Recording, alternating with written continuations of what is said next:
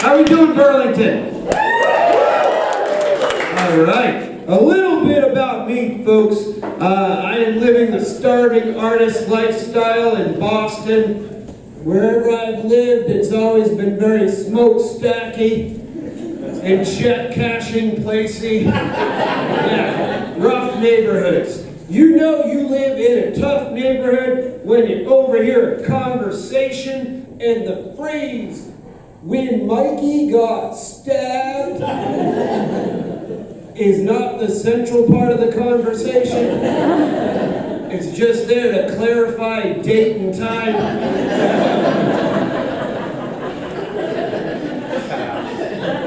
Remember when Mikey got stabbed? We won our softball doubleheader. I have a tough time keeping my wise-ass comments to myself. I was in a Dunkin' Donuts. This woman was like, "I'd like a large with 5 sugars and extra cream." Hey lady, you know what else is good in coffee? Bacon fat.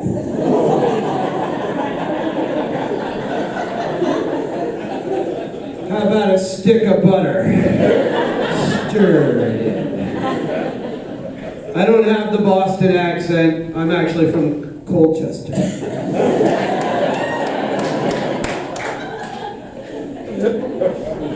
I grew up with the Boston accent, and I hear it every day now where I live. And they drop their R's, right? They drop their R's. It's a sweet accent, the Boston accent. It's not as good as Milton, but it's a sweet accent. They drop their R's, pack the car. They add R's when they don't need an R. I have an idea. I saw it. My favorite aspect of the Boston accent, something you'll only hear from the older generation now, adding a syllable to a one-syllable word. Shut the door. Oh, would you look at her? She's got gorgeous red hair. Sometimes the guy with the hardest Boston accent, all of a sudden a British-sounding word will fly out of their mouth. Martha? No, she can't. Because she's in the bathroom. Some of these guys try to abbreviate a word without decreasing the syllables. Like my old boss telling me when to work. I need you to work Monday, Tuesday, Wednesday, and Sunday. I will not work on Sunday. Because that's my funding.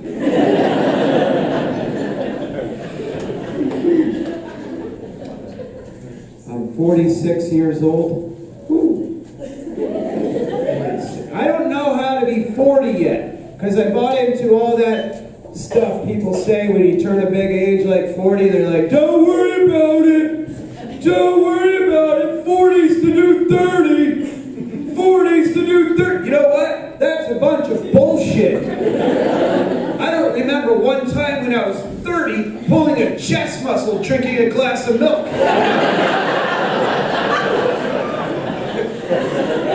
I can't really tolerate the milk anymore.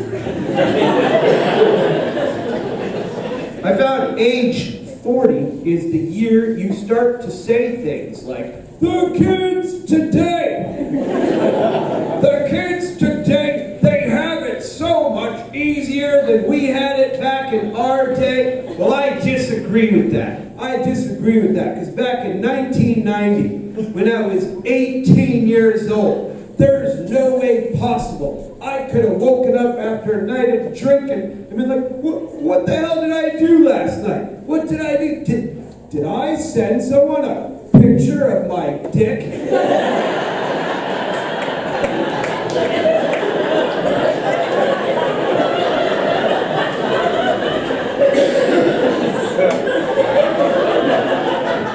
But imagine the commitment on my part if I had.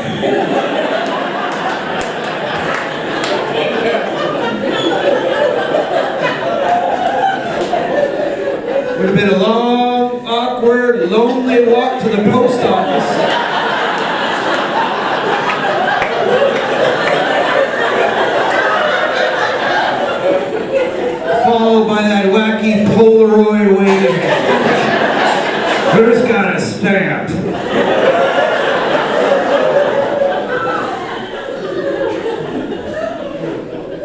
is even more fun than the Champlain Valley Fair. I used to love going to that thing as a kid, you know? It was great. It wasn't some fancy, bolted down amusement park.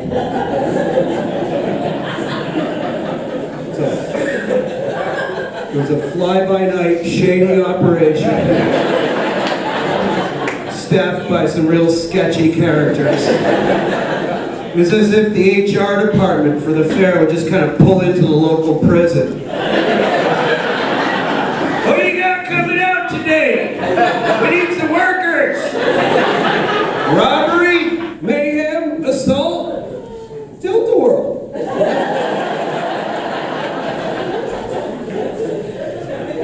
Some of the guys had aspirations, like that guy who ran that rock and roll ride. Remember the Himalaya? It was in a big loop with the heavy metal music. The guy's like, "Do you want to go faster? I can't hear you. Do you want to go faster?"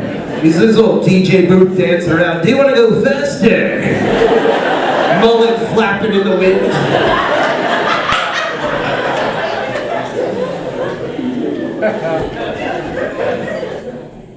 46. It's my first year being middle-aged, I guess. My first full year. As guys, we don't do it well. We don't age well. The women, you guys do it gracefully. We need, I think at 45, you need to be assigned like a 55-year-old mentor. Like a middle-aged mentor. You know, he'll walk you through it, because you don't want to be that last 53-year-old asshole wearing skinny jeans, trying to spike up that balding peacock thing you got going on there. Can't be that guy. That guy's in the fair, though.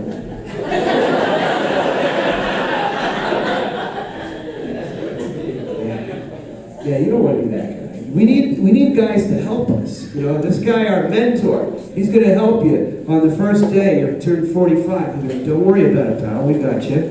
First things first, we're going to figure out which is the best NCIS show for you." Second thing, first of all, these here, we call them dungarees. You're never to pay more than $20 for a pair.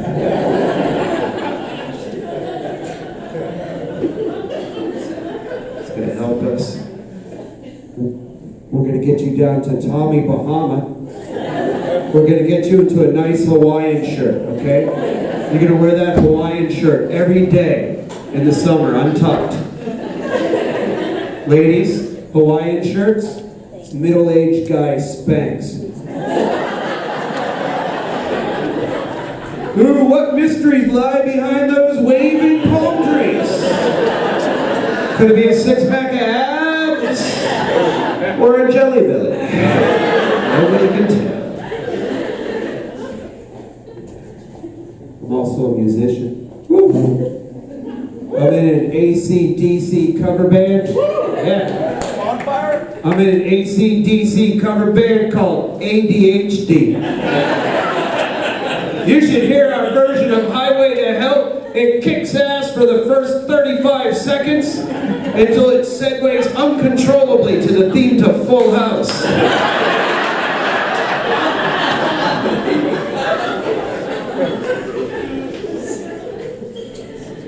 Been a starving artist my whole life. Always look at the starving artist day gigs. A few years back, I was living in New York. I was looking for a job. I saw jobs listed in New York City for $8 an hour. $8 an hour in New York. $8 an hour sucks in Arkansas. $8 an hour. They're like, "Please forward your resume and cover letter." Fuck you for $8 an hour. I should not need to know how to read. $8 an hour. What's going to be on that resume anyway? My plethora of $7 an hour jobs? Just kind of gave me the confidence to apply for that $8 an hour job. What's going to be in that cover letter? Big paragraph describing my mother's tears and disappointment. True story. Yeah, 46. It took me a while to figure out I cannot grow a full beard. Hey, we got some beardos in here tonight. We're living in the beardiest of times right now. All the young dudes love the big bushy beards, right? I can't do it. Yeah, right? You gotta have some presence of mind, you know? You know, some of these young dudes, they don't know that they can't do it. And because, you know, everyone got a trophy, right?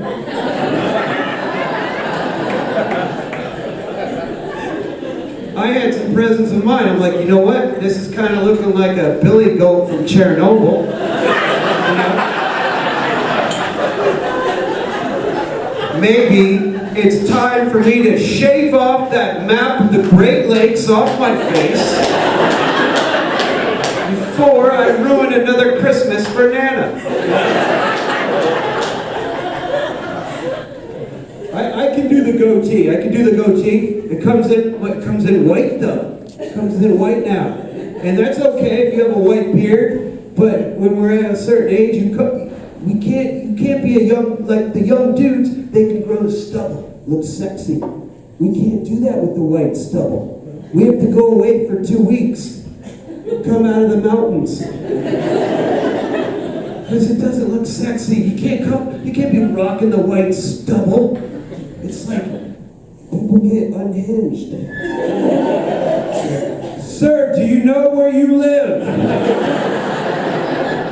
Don't offer candy to my child. You look like Nick Nolte's mugshot. I think the young dudes, I get confused. You know, when I see a guy with a big bushy beard, I think he's like an older dude, you know, and it's like, no, we do need to see some ID. We're not giving the student discount to lumberjacks and Civil War reenactors. We're not doing that. I see one from a distance, a beardo. I'm like, cool, me and this guy, we're going to have a good conversation, me and this guy. We're going to talk about sticks. The guy's like 24 years old. He doesn't know shit about sticks. He's like, selfie sticks? No, Mr. Roboto, son. Domo arigato. Come sail away. I think these guys are going to have regret. These young 24-year-olds with the big bushy beards. They're going to be 46 someday, and they'll be looking at pictures of themselves of when they were 24. They're going to be like, oh man, I could have looked like I was 24 when I was 24. Instead, I consciously chose to look like a tenured social studies teacher.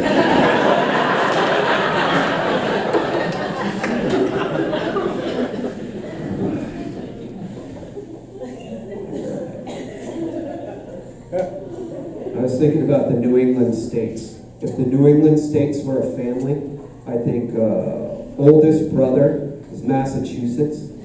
He's got a good job. He's kind of an asshole. Next oldest brother, Rhode Island. He's a little shady. He's done some time.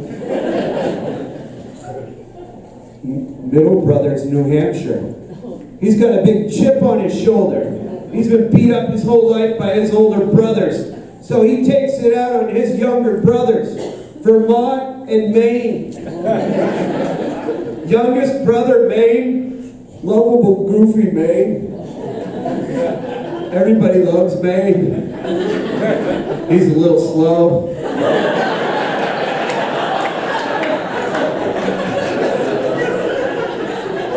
He's got a gland problem.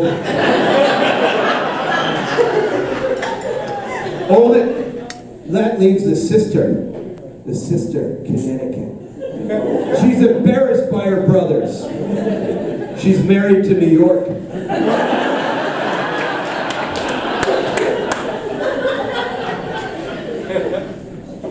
So yeah, I'm married. Woo! Yeah. we met online. You guys are like, no shit. Any of you meet online? No? 2 people here? The rest of you met at the St. Albans Harvest Moon Fest?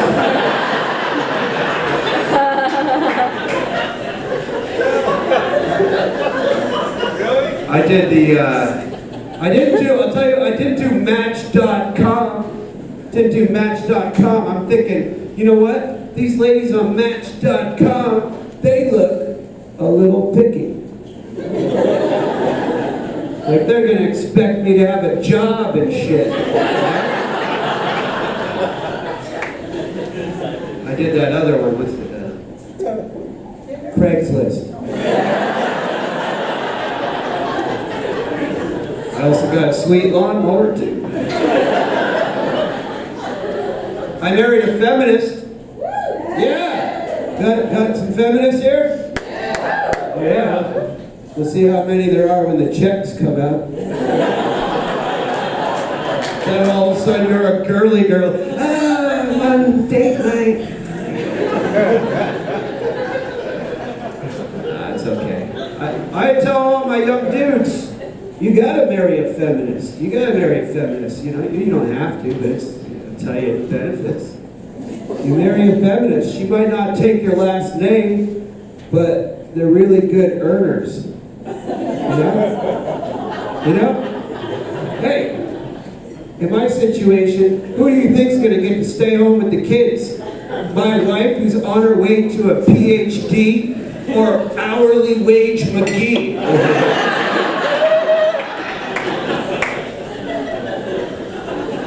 Maybe I'll just take the next 7 to 9 years off and take the kids to the aquarium.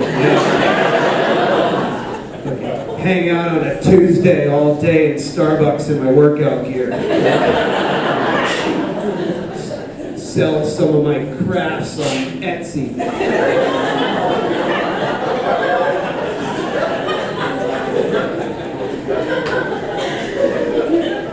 I tell you what, it wasn't easy finding a lady. I'm on the short side. Any short fellas? No, not on date night, is it? Perfect sense. Because women love the big, tall, 6'5" hunks. Love the big guys. Every time I used to see a women seeking men's personals ad, which was every day because I was a big loser.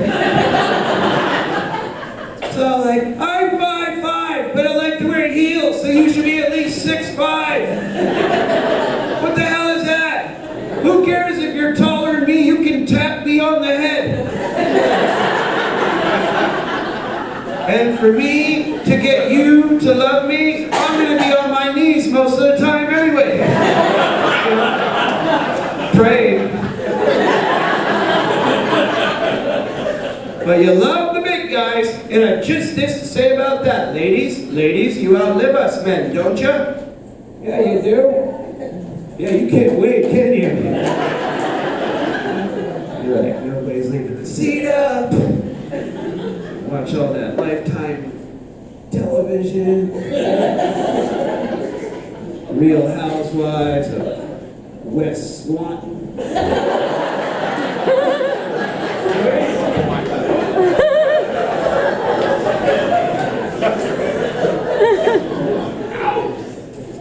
Yeah, live us then. So, when was the last time you saw a 95-year-old man over 6'6"? How do you have it? There's never a time when they're like, we're about to interview the center for the 1949 All-Star team. No, because he died in 1970. And ladies, unless you want to be alone for the last 10 or 15 years of your life, say hello to 5, 6.5. Don't worry, big guys. They're working on a cure for tallness. I might live a little bit longer than a big guy my age. Let me tell you, people, it's not going to be quality time. I'm going to spend all that extra time getting my pants hemmed. It's a real bitch finding a 26-inch inseam. They're always on the top shelf. maybe we're looking into, maybe that's your old goal. You want to end up there with your old lady gangs, right? You ever see those old lady gangs? Cruising down Route 7 in an RV?